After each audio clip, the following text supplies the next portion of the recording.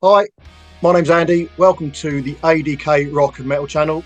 I'm very pleased to be joined this evening by Andy Southwell, uh, founder and guitarist of West Midlands band Vicious Nature. Good evening, Andy. How you doing, mate? Good to see you. Good to speak to you. Thanks for joining me. No problem, mate. You okay? I'm very well. How about yourself? Sound. Just got out the shower, so I'm looking a bit wet, but yeah, I'm okay, thanks. Good stuff.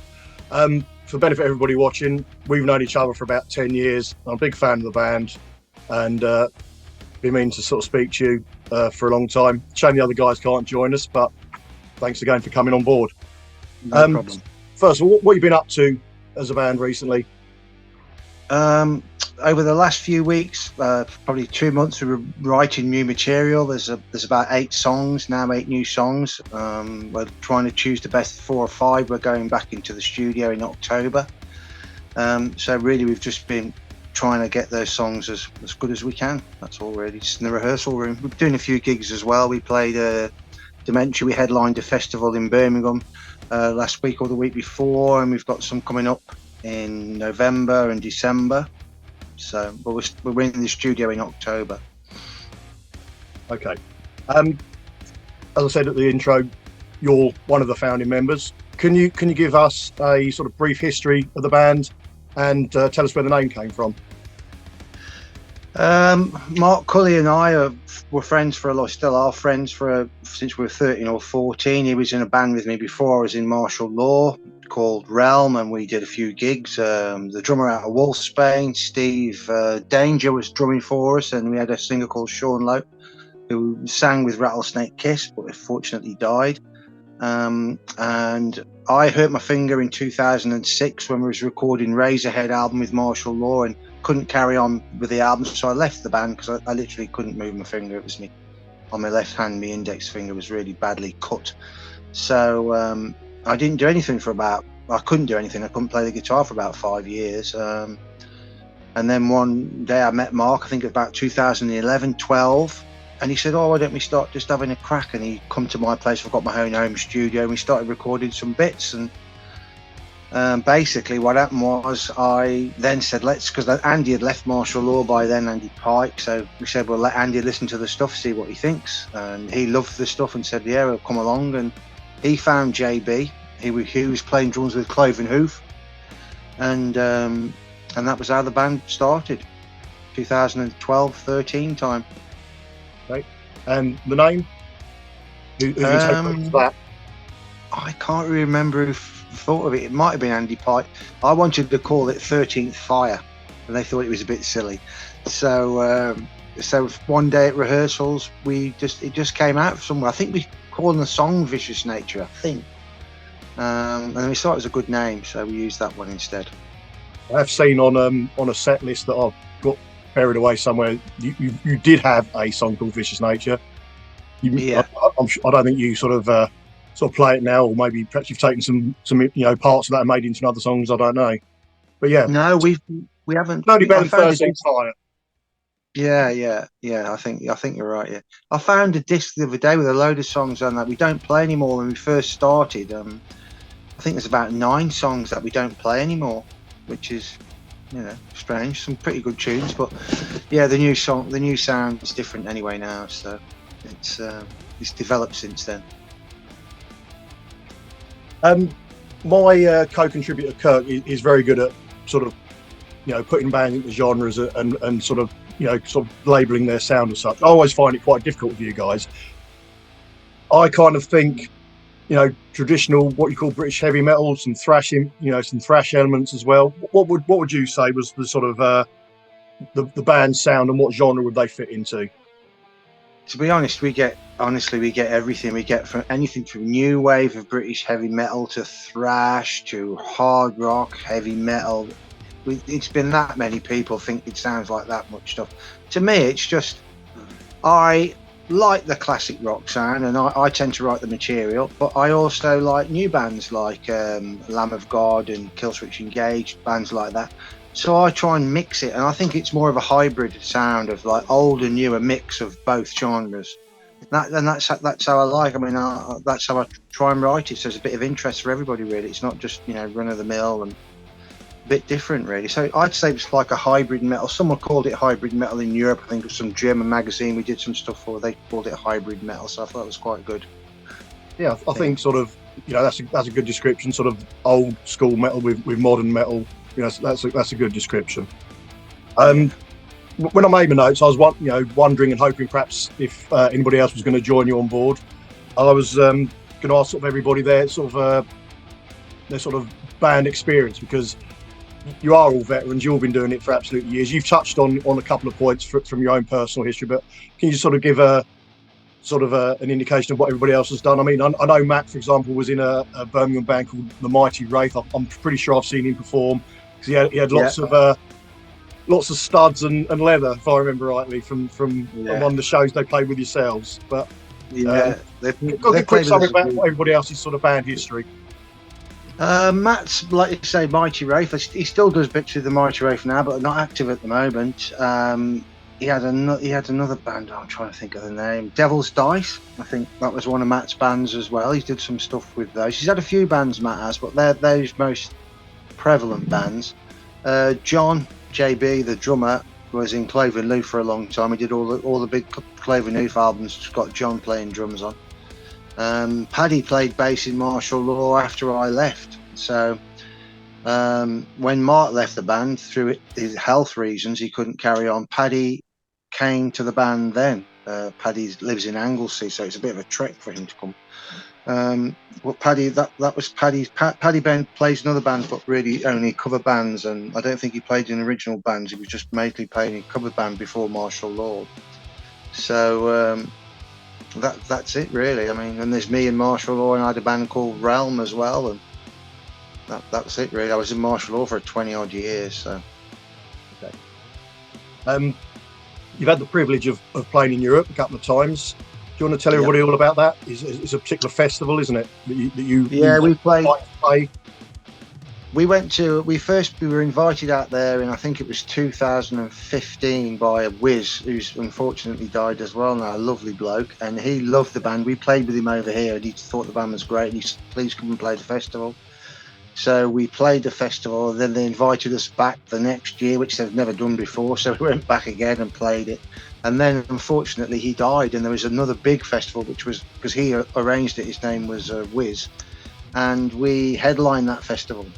Which was a big thing, a big affair. I mean, we're going back out to Europe. We've been invited to play Poland, which is in March, or I think it's March or April next year. We were going to go to Italy. We've been invited there this December, but now we're going to try and move it all to next year. So when we go out in March or April, we're going to do Belgium, Germany, Poland, and Italy. So we'll do that. Because once we've got the gear out there, you might as well make the most of it. We're all trapped in a little bus with a load of gear. We might as well play. So one invite to Europe is sort of turned into a sort of mini tour in 4 or 5 different countries. Yeah, brilliant. That's what we've planned. But we go back to Belgium nearly every year. We love playing over there. We sell the shows out over there now at Cat's Bar in LP and in Ghent. So we've got a good following over there now, and this year we're going to be going to Germany as well, and Italy and Poland for the first time. I've never played Poland before, not even with Martial Law, so that'll be an interesting time. I'm pretty sure it's on 2 occasions, but it may be more on your trips to Europe. But are you still going to do the warm-up show at the Carlisle in Hastings? We used to like to do that one. It's a great little. I love the Carlisle. It's a great venue. I'd like to go there again. We depends this time, because it might be slightly different, because we're going on the Thursday, because we're going to be playing Friday, Saturday, Sunday. We're not playing Monday. We're doing Tuesday, Wednesday. So we'll literally. I think we've got 5 or 6 shows in a week. So I think we're going straight to Poland. So because it's about a 16-hour drive apparently. I'm not sure. So. Who's got that job? Or you take it in turns? Or you bring somebody else in to help you? Yeah. How could I forget? Yeah. We'll share it. Yeah. I mean, we can't mention the road crew, and before we move on, without speaking about our dear friend Steve Downs, who unfortunately passed away earlier this year. That was a real shock for everybody, wasn't it? It's terrible. I mean, I still can't get over. I shared a memory today of when he came to watch us rehearse. I mean, Steve is always with the band, you know. And when we were at rehearsals, he'd come to watch us at rehearsals, and he was a fantastic guy. Everyone loves Steve. Honest guy, genuine guy, and would do anything to help anybody. Really, you know, still can't get my head around it. We played the first gig a few months ago without him, and it was just so weird, you know, not having him there, because he's always there all the shows, and it's just felt empty, you know. It's terrible. Yeah, I mean, he was your merch guy, wasn't he, as well? You know, many photos I've seen of him, and there's one of me and him actually. I had the pleasure of meeting him a few times at Hastings. You know, he's in front of the merch stand with all your wares. Yeah. You've got a great range of merchandise. You know, if anybody wants some ideas about, you know, what to put out as a band, check out what Vicious Nature have got, because it's good stuff. There's a point where I probably had everything you ever produced. I mean, I've kind of bit behind the times now, but yeah, many your way for stuff, t-shirts, beanie hats. We go for quality stuff. I mean, there's no point producing this stuff that's going to fall apart after 2 washes. We always go for decent quality stuff, you know, and I think it pays dividends in the end. Yeah, you can see you got one on there. Yeah. You touched on it that you're obviously a key, if not the main songwriter. Does obviously, I'm guessing Matt is the lyrics man, but do the other guys chip in with a bit, or do you all contribute to the lyrics? How's the songwriting process work?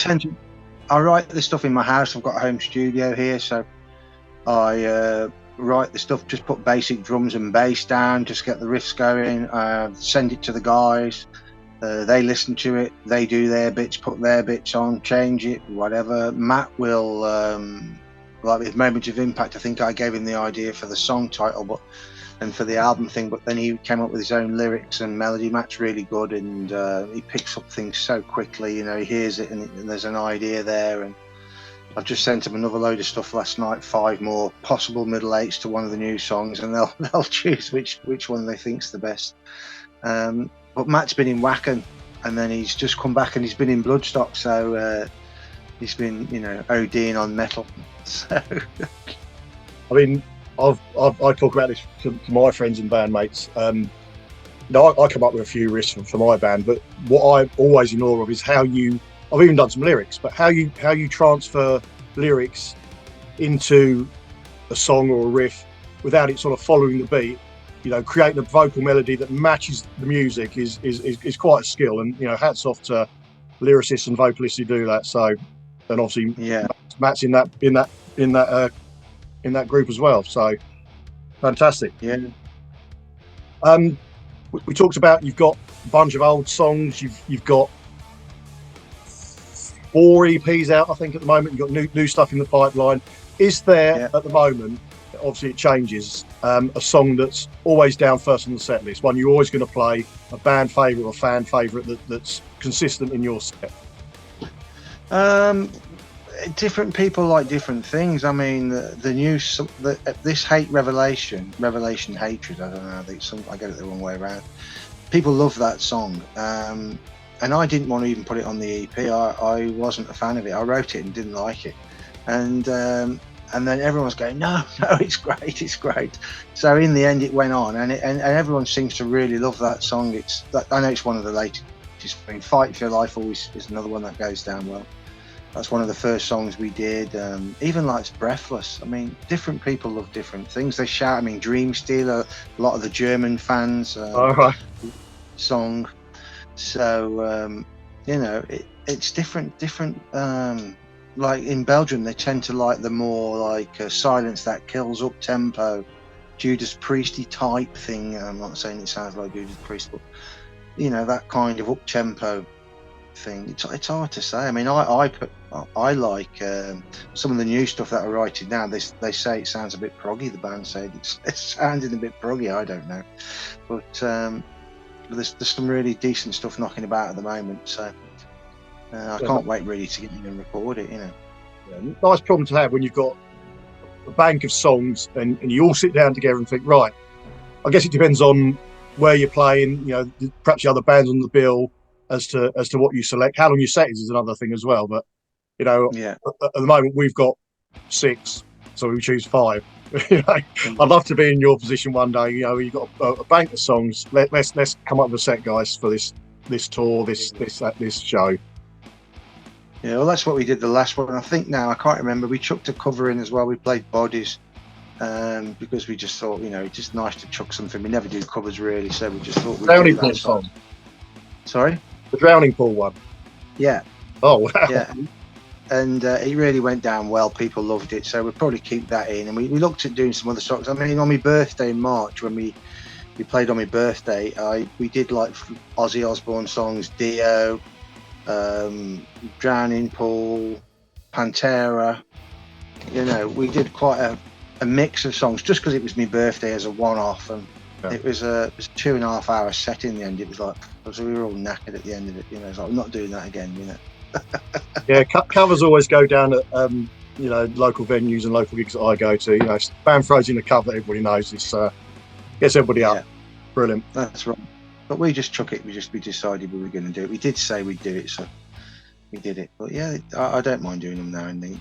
We did Sabbath. We do Symptom of the Universe. We do some martial law songs as well. So, you know, not really a cover though, is it? But you know, throwback. Yeah, it's Angel. Yeah. People in Europe, they love it. So, you know, that's when we do it there. Again, gonna wrap it up with my final question. We've touched on it throughout the interview. You mentioned, you know, European tour next year, recording new stuff. Any other sort of Vicious Nature plans and news that you can throw out there that we can look forward to for later this year, 2024?